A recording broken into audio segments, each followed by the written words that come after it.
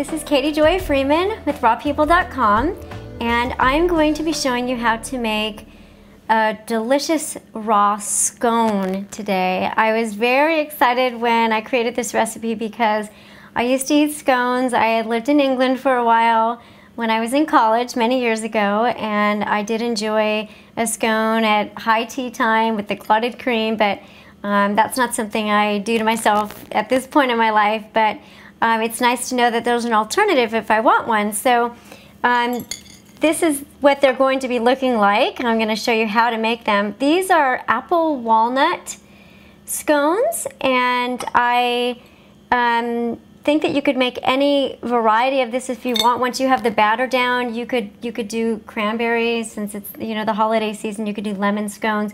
You could do poppy seed, whatever you want. But I think once you have the base down, it will give you a good idea of how to then kind of venture off and create them on your own. These are wonderful on the go if you're needing something in the morning you want to grab, or if you're traveling, or if you're having some guests over for a brunch and you want to, you know, have something fun. This I think will be something that everyone will really enjoy. And I didn't make strawberry clotted cream or the traditional clotted cream, but I had some leftover blueberries in my freezer from this summer, and I made a blueberry cream kind of in lieu of the traditional clotted cream.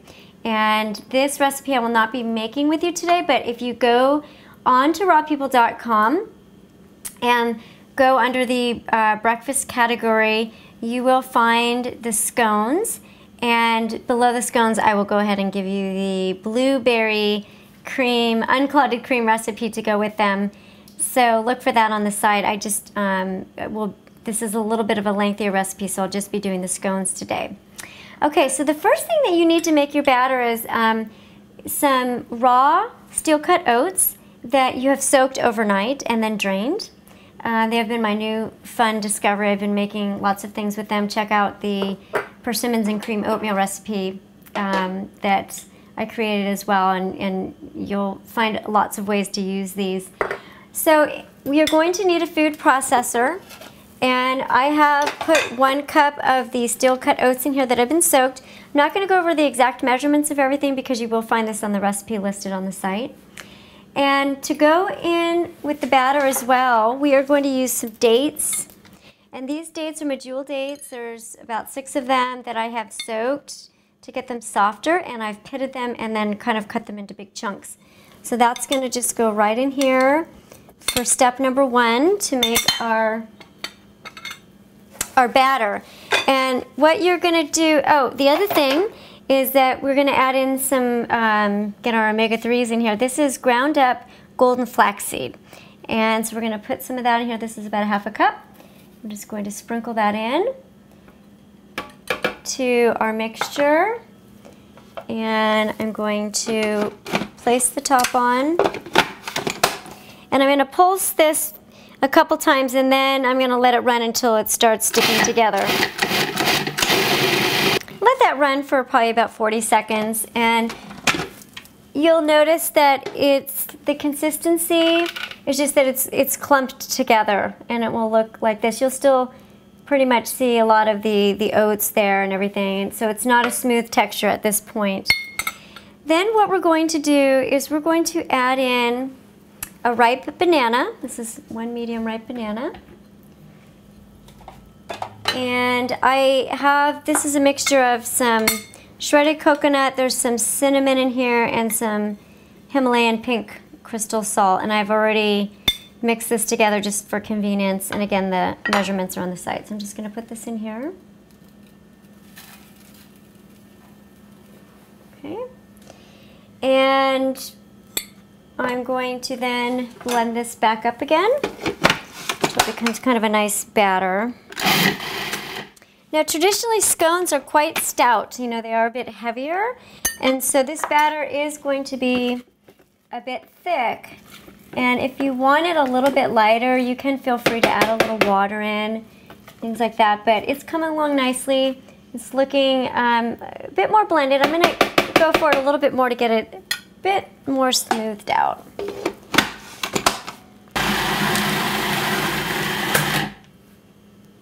Okay, now I've had some time to get this well blended. I'm going to simply remove the batter, and I'm going to place it into a medium-sized glass bowl. Any bowl will do, but I do like to use the glass clear bowls.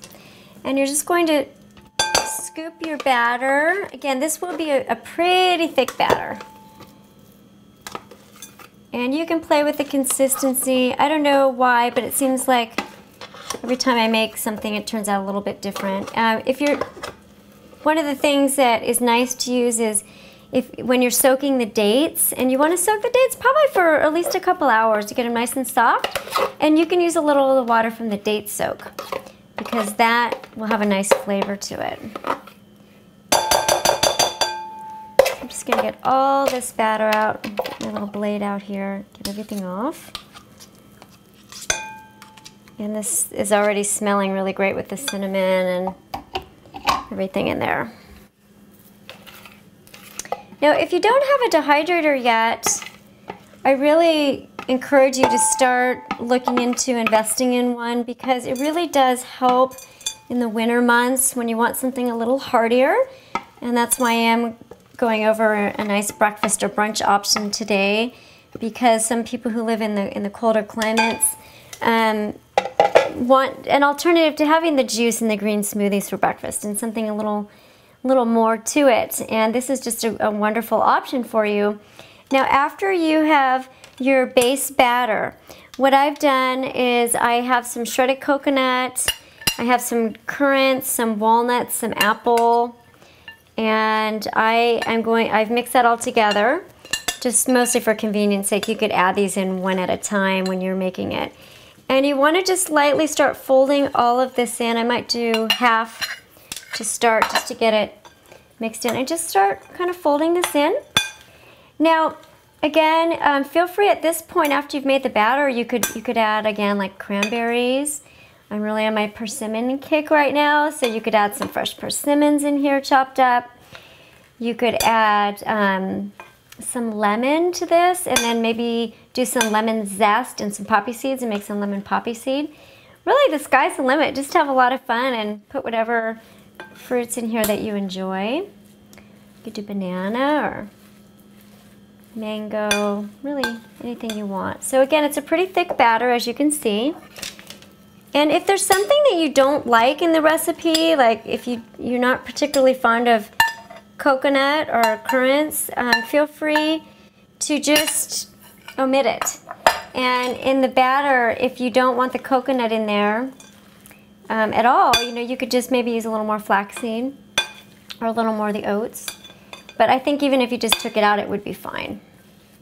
It's hard to go wrong when you're using these fresh ingredients, and it really looks a lot like a cookie batter that maybe you've made in the past, but without all the eggs and the flour. And this is so good for you with the walnuts in here and the apple. You're going to get a lot of fiber from the apple, and the walnuts, again, are going to have those nice omega-3s that we're all wanting in our diet.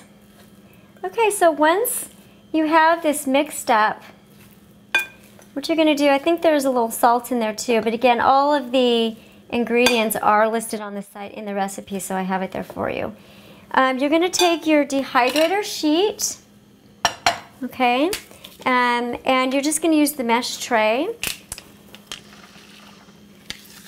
And you want to make these, pretty big. This is a scone size, and they don't need to be small, or you could make them smaller and bite size. And really, I'm calling this a scone, but I mean, you could make these into little cookies if you want, little breakfast cookies. But I'd say you want to have at least a nice big spoonful like this. Simply scoop it off. And then I like to just make it into a little scone shape. So it's going to be, stacked pretty high. And round it up. Okay, so that'll look like so. And these will not flatten out, so you can put them actually pretty close together. This recipe will make about 12 to 15 of these scones.